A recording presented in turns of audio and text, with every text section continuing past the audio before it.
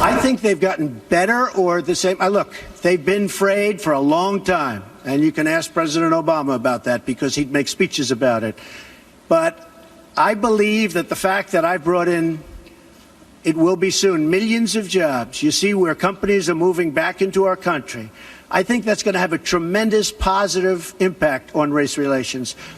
President Trump initially wanted to talk jobs and infrastructure spending. It quickly deteriorated into a combative fight with the press over the violence in Charlottesville and racial tensions in the U.S. Joining me now, liberal commentator Wendy Osefo and Trump National Diversity Coalition Vice Chair, the former. You were the Vice Chair. You're Brunel Donald Che. Good to see you, Brunel and Wendy.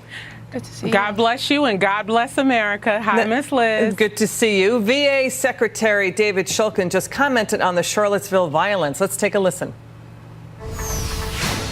I think that he can speak for himself. I do feel, as an American and as a member of the cabinet, that I can speak for my own personal opinions on this. And I am outraged by the behavior that I've seen with the Nazis and the white supremacists. Secretary of State also said the same thing, Brunel. What do you think? Of course, we know that any kind of hate, whether it's white supremacists or any of these other extreme groups out here, that's not a reflection of our nation. And of course, I unequivocally disavow it, and our president Saturday disavowed it, as well as yesterday again disavowing hate. And, you know, Ms. Liz, it's important. For another thing I wanted to send is my condolences to the family of Heather Heyer and those other people who she passed away, but others were injured. And also, too, to those who were your fellow journalists who had feces and urine and others who had acid poured on them. The president is correct in saying that we have to disavow any kind of hatred, whether it's on the left or right, in any extreme way. They have to be disavowed. And I think the president did that. Wendy, the president is saying jobs can fix racial relations. What are your thoughts there? I think that that's actually very incorrect, and if it does fix racial relations, it'll do so for a small segment of the population. And I say that because that's the assumption that individuals who care about race relations are individuals who don't have jobs. So then the question will be, for those individuals who do have jobs, who do care about race relations, how do you then close that gap? Like myself, I'm a professor. I care about race relations. So him giving jobs will not make me care or help me in any way about race relations. And I think that that's really important. And I think that, you know, in the presser yesterday that we had that was really unhinged, it just really flew off the handles. It really took apart piece by piece everything the president said when he held that second press conference. And I think that the nation is still reeling from that. I know that, you know, I did a segment earlier today where there were tears shed by commentators. You know, so this is beyond talking points at this time. We're not talking about partisan issues. We're not talking about left and right. We're talking about a nation that's divided, and we really need the president to step up in a moral way and bridge this divide. You know, Brunel, people were upset that the president said that there were fine people on both sides. You know, some were saying, Mr. President, there were fine people, if you call them, engaging in Nazi salutes and carrying torches. We had others saying, wait a second, those are just people who are upset about the Confederate monument taking down. They're Civil War historians and the like. Governor Mike Huckabee just said the president did not comport himself well here. What are your thoughts? I would say, again, there were people there who were just protesting the fact that that Robert Lee statue was being taken down, and they were probably not all white supremacists down there, even though some of them were Caucasian.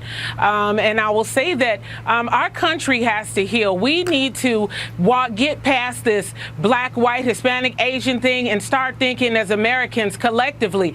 Also, too, imagine in Ghana, West Africa, where my husband's from, they have the Cape Coast Castle where the slaves were brought through, and they didn't destroy that because when you destroy history, it can be repeated. So that's why you have things like these statutes out. It's for memory. It's to make sure that we don't repeat the same mistakes of the past. Yeah. I don't believe the president was unhinged yesterday. I believe that Saturday and yesterday he unequivocally said bigotry and hatred on any side is wrong in the extreme. Period. And I'm in agreement with him. You know, Robert E. Lee's descendants, Wendy, are now telling Newsweek, take those statues and put them in a museum. What are your thoughts?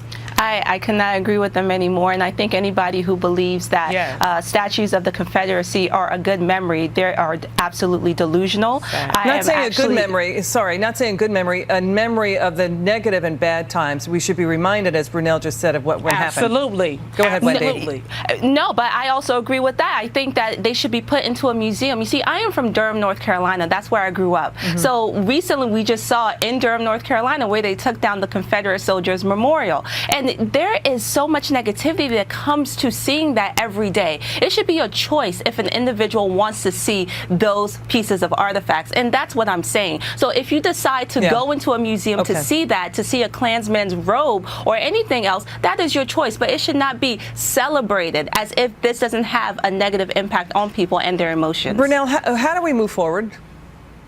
Well, one thing we have to do is forgive all this hurt and racism and problems of the past and start spreading love, because honestly, a nation, the Bible says, a nation that's divided against itself will fall. And so we have got to start learning to talk across these tables without it being people being called coons and sellout and house nigga just because you don't agree with some of the things that are going on the left.